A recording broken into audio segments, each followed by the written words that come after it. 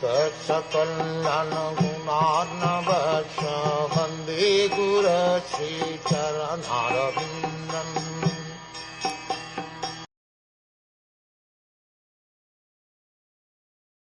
The Yaksas, being temporarily victorious, exclaimed that they had conquered Dhruva Maharaj.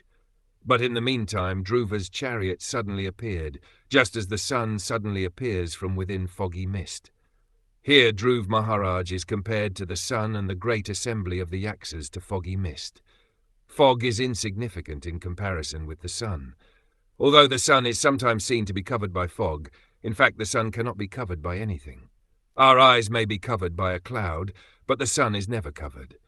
By this comparison to the sun, the greatness of Dhruva Maharaj in all circumstances is affirmed.